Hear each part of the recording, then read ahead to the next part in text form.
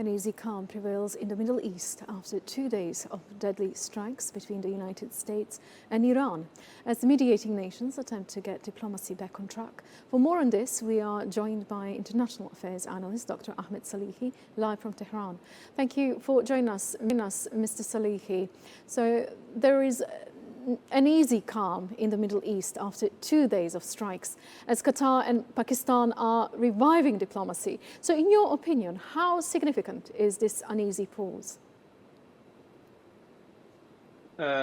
Actually, the important point is that the time is ticking, but against the interests of the United States based on the MOU, because we know that according to SPR, Strategic Petroleum Reserve of the United States, even after the MOU, the level of SPR is decreasing with the same pace and the slope before signature of the MOU, and it is at the record low amount of 319 million barrels. So this is item number one. Item number two is that Americans are fighting against geography, and we have no any other sample during the whole history that a power, whether it is a very huge power or not, has been successful in war against geography.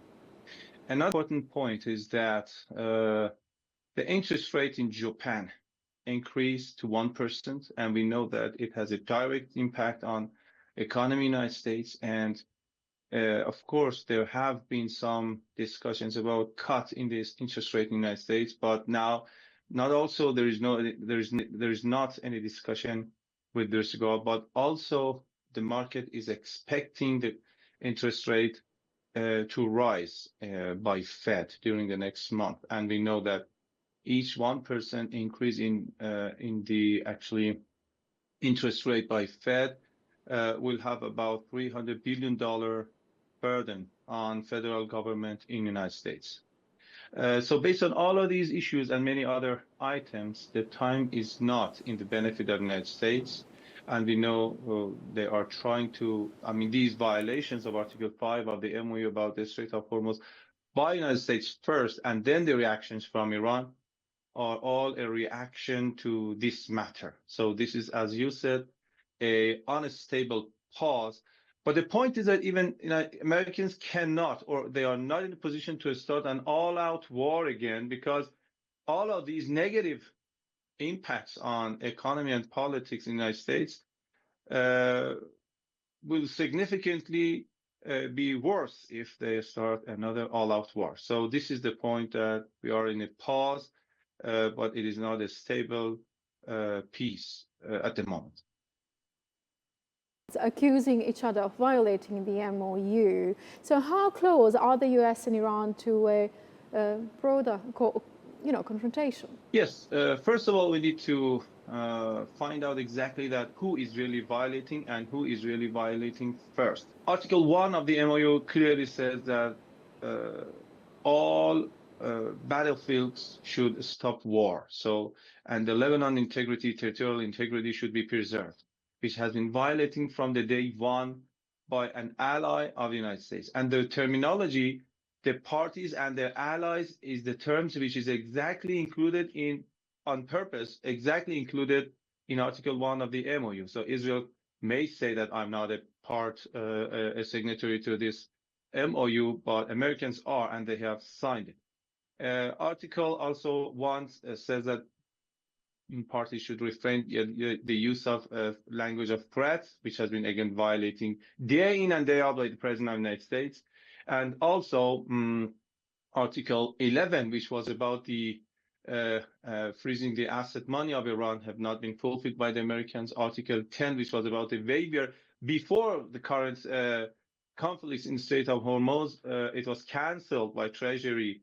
So many other articles, even Article 5, which is about the Strait of Hormuz, which says that for the first 30 days, Iran is solely responsible for the arrangement to open the strait.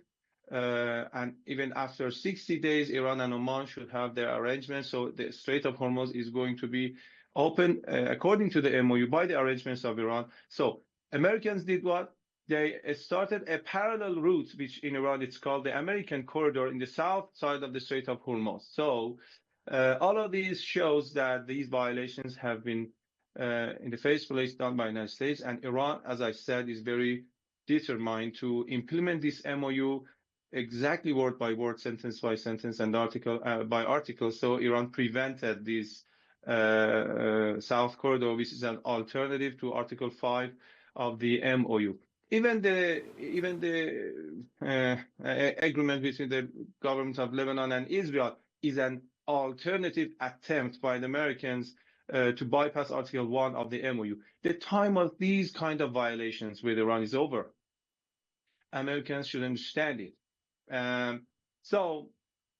Actually, as I said, both parties are accusing each other for violating the MOU, but this is only a 2 pages, 14 article piece of document. Any scholar, any politician, any ordinary citizen, any journalist can read it, and they can exactly understand that who is the real violator.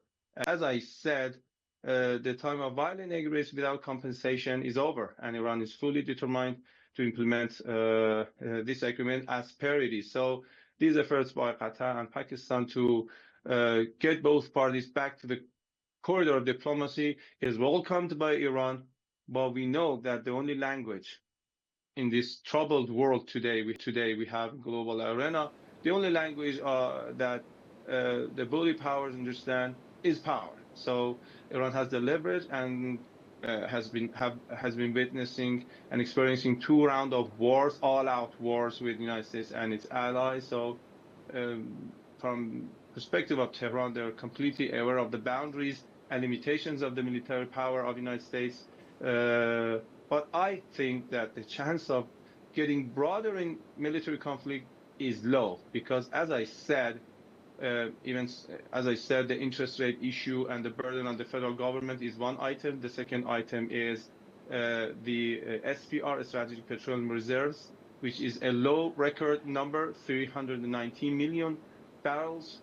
Even after the signature, weekly 5 million barrels decrease has happened to the SPR of the United States, and even in Japan, the interest rate was raised to 1%, and even we have some news that for the November election, which is ahead, the Republican candidates are putting pressure on Trump that if the situation gets worse, we will not be elected in our in November election. So all of these put pressure on the United States and the president of the United States to not go into an all-out war.